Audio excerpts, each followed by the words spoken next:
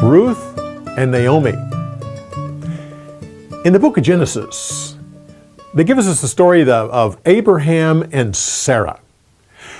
In that case, God was working with the whole world, and there He narrows it down to working with one nation.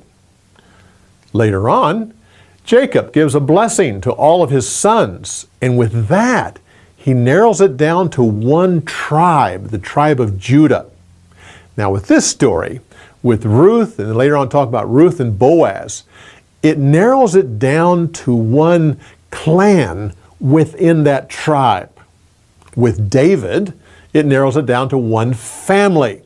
And finally in the New Testament, it narrows it down to Joseph and Mary, and especially Mary, the individual. In the English Bible, Ruth comes after the book of Judges, and for the purpose, the fact that it happened during the time of the Judges. In the Hebrew Bible, Ruth comes after Proverbs. The end of Proverbs asks the question, who can find a virtuous woman? And then you have Ruth, right there. Makes sense. A little bit of the geography. We talked earlier about how there's a mountain ridge that goes right down through the middle of Israel. And along the top of that ridge are some major cities, Hebron and Bethlehem and Jerusalem and Bethel and on up. Well, these are all located either just a little bit on the west side, which is the green side, or a little bit on the eastern side, which is the dry side.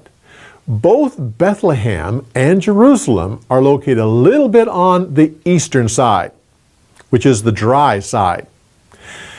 One big difference is that both of them now are actually facing this huge chasm which goes down to the Jordan River, 1,200 feet below sea level, and the Dead Sea, and then lifts up again going up to Moab and Ammon and all that area. In Jerusalem, they look to the east and they don't see this chasm, they see the Mount of Olives. But in Bethlehem, nothing is there. You can look out, and on a clear day, you can actually look right across that chasm over to the other side and see Moab, which means that Elimelech, who is the head of the family here, he's looking across and he knows where he's going. Later on, Ruth, the rest of her life, on a clear day, she could look across the chasm and see where she came from. Bethlehem is on the dry side, and it's the home base of shepherds, which uses the dry side of the mountain.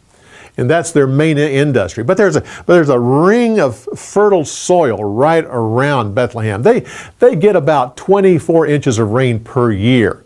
And their main crops are barley and wheat, which are part of this entire story. But a year of famine, you can get through that. And the area is given for famine. It was a constant struggle. 2 years of famine was desperate. But 3 years, it was absolutely impossible. After 3 years of famine, people needed to decide what are they going to do. Now, shepherds could get by, but the people who worked the soil, this is a problem. They would do different things. They would maybe go down to Hebron or go more on the eastern side or whatever. They could do something to get by. Elimelech, he looked across that chasm. He saw Moab, probably got news that there was rain over there. Wouldn't go permanently, would just go for a little bit. He was probably a wealthy man. He was a landowner. He could afford to maybe go over there for a little bit, take his boys with him, his wife and his sons, go across a little bit, and then come back when things get better, just like those going to other areas.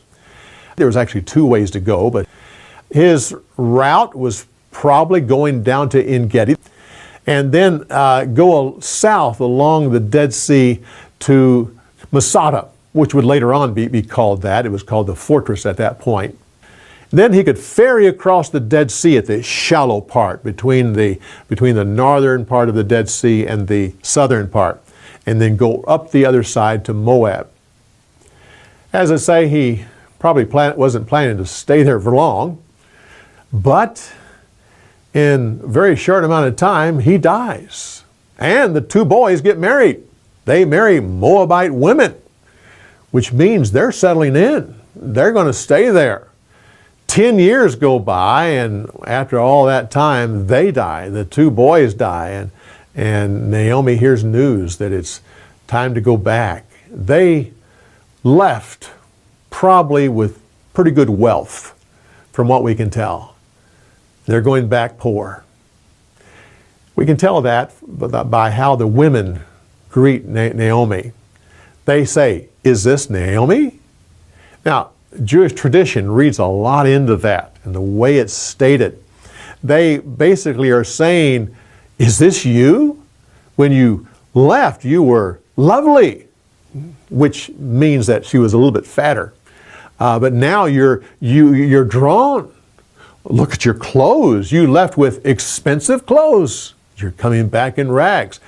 Actually, the word used there, you're coming back barefooted. Now, that doesn't mean that she didn't have anything on her feet. It just means that she was poor. She was dressed poorly. You ate expensive food and had servants, but look at you now. You're poor. Is this Naomi? Well, she was poor, although she did own land. But unfortunately, in that day and age, possession is 9/10 of the law. When the family left the land, someone else moved in. Now, they didn't take ownership, but they started to take care of the land. Things need to be done every year. 10 years have gone by. 10 years of working that land, of removing rock, of building walls, to terracing the thing, to fertilize it, to irrigate the thing. I mean, 10 years of work of making that land more valuable than it was before. Now the family comes back and he's just going to hand it over? I don't think so. By right, she could claim it, but only if she redeemed it. And that's the key word for the entire book of Ruth. She had to redeem the land, and she couldn't afford to do so. It would take a member of her clan to step in that had a little bit of money and redeem that land. And of course, that takes us into the next story. So come back when we give you more insights on the rest of this story.